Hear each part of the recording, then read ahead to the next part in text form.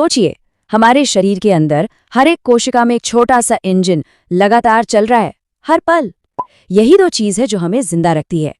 तो आज चलिए इसी आणविक इंजन यानी क्रेब्स साइकिल के कुछ रहस्यों से पर्दा उठाते हैं।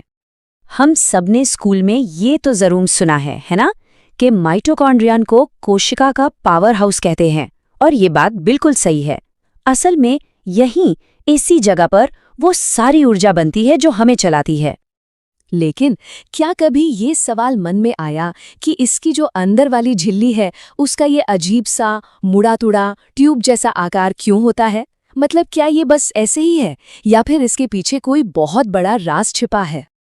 तो फिर चलिए इस पावर हाउस के अजीब डिजाइन के पीछे छिपे रहस्य को सुलझाते हैं। और देखिए, इसका जवाब सिर्फ जगह बचाना नहीं है। असल में यहाँ पर भौतिकी और रसायन विज्ञान एक साथ काम करते हैं। इसका आकार ही इसके काम करने का तरीका तय करता है। तो अब मिलते हैं उस असली आणविक इंजन से जो इस पूरी कहानी के केंद्र में है, क्रेब्स साइकिल। तो ये है क्रेब्स साइकिल। मैं जानता हूँ ये देखने में थोड़ा कॉम्प्लेक्स लग सकता है, पर घबराने की बिल्कुल जरूरत नहीं है।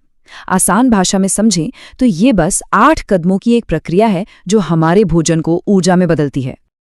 देखिए, इस पूरी साइकिल को रटने की कोई जरूरत नहीं है, बस इसका लॉजिक समझना है। तो होता क्या है, सबसे पहले ईंधन जो हमारे खाने से आता है, जिसे एसिटिल कोवे कहते हैं, वो इस साइकिल में एंटर करता है। वहां वो एक 4 कार्बन वाले मॉलिक्यूल से जुड़ जाता है। फिर कुछ स्टेप्स के बाद 2 कार्बन डाइऑक्साइड बनकर बाहर निकल जाते हैं। और इसी दौरान सबसे जरूरी काम होता है हाई एनर्जी इलेक्ट्रॉन्स को पकड़ना। बस, और आखिर में वो 4 कार्बन वाला मॉलिक्यूल फिर से तैयार हो जाता है अगले राउंड के लिए। तो इतनी मेहनत के बाद इस साइकिल से हमें मिलता क्या है? चलिए देखते हैं कि इसका सबसे जरूरी आउटपुट क्या है। क्रेब्स साइकिल के हर एक चक्कर में कोशिका को एटीपी या जीटीपी के रूप में थोड़ी सी सीधी ऊर्जा मिलती है, लेकिन असली खजाना है ये 3 NADH और एक FADH2 अणु। ये बाद में बहुत काम आने वाले हैं। और हाँ, वेस्ट प्रोडक्ट के तौर पर कार्बन डाइऑक्साइड भी निकलती है, जिससे हम सांस छोड़कर बाहर निकाल देते हैं। अच्छा, तो इन अलग अलग तरह की एनर्जी को समझने का एक बहुत आसान तरीका है। ATP और GTP को समझिए कैश की तरह, मतलब ऐसी करेंसी जिसे कोशिका तुरंत अभी के अभी खर्च कर सकती है। दूसरी तरफ है NADH और FADH2।